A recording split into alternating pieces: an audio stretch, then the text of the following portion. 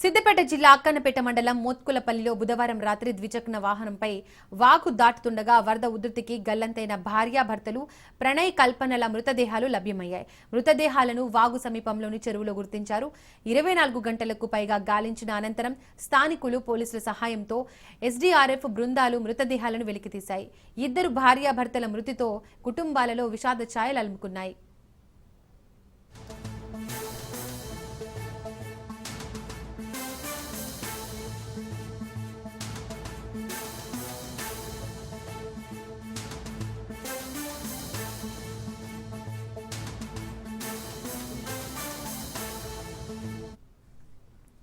సిద్దిపేట జిల్లా అక్కన్నపేట మండలం మోత్కులపల్లిలో బుధవారం రాత్రి ద్విచక్ర వాహనంపై వాగు దాటుతుండగా వరద ఉధృతికి గల్లంతైన భార్య భర్తలు ప్రణయ్ కల్పనల మృతదేహాలు లభ్యమయ్యాయి.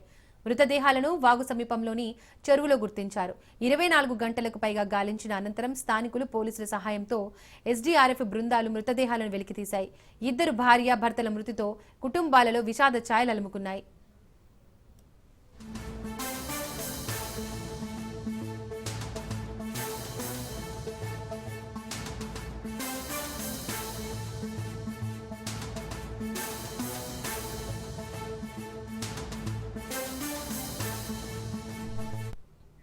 రైట్, ఇక ఈ ఘటనకు సంబంధించి మోర్ డీటెయిల్స్ అందించడానికి మా ప్రతినిధి రాజు సిద్ధంగా ఉన్నారు. రాజు,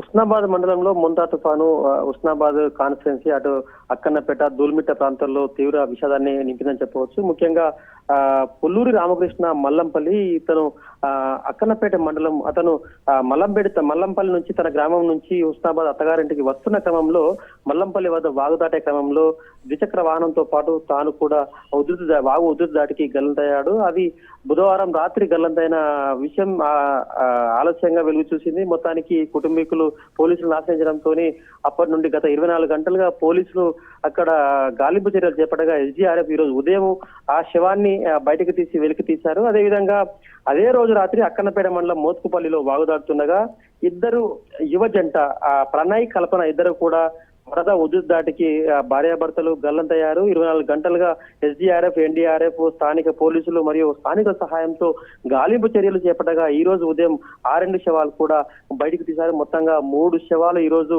ఉదయం బయటికి తీశారు. గత 48 గంటలుగా వాగులు వంకలు చాలా ఉధృతంగా ప్రవహించడంతో ఇప్పటి వరకు వీళ్ళను గాలిస్తున్న క్రమంలో కూడా వీళ్ళ శవాలు దొరకలేదు. ఈ రోజు ఉదయం మాత్రం కొంత తగ్గుముఖం పడటంతో వాళ్ళ శవాలు దొరికినాయి. మొత్తానికి మొంతా తుఫాన్ దాటికి అటు తీవ్ర విషయాన్ని నెలకొల్పాయి. అటు ఏదైతే పుల్లూరు రామకృష్ణ అదేవిధంగా ప్రణయ్ కల్పన కుటుంబాల్లో విషాద ఛాయలు అలుముకున్నాయి. గ్రామాల్లో విషాద ఛాయలు అలుముకునే కుటుంబాలు ఇప్పటికే బోర్న వెలిపిస్తున్న పరిస్థితి కనిపిస్తా ఉంది. మొత్తానికి ముగ్గురు కూడా యువకులు, తక్కువ వయసు యువకులు కావడంతో ఆ కుటుంబాల్లో తీవ్ర విషాదాన్ని నింపిందనిగా చెప్పుకోవచ్చు.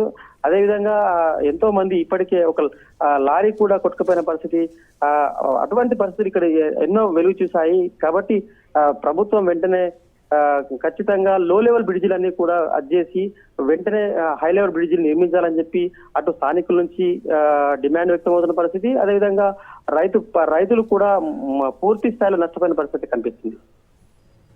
Right Raju, thank you.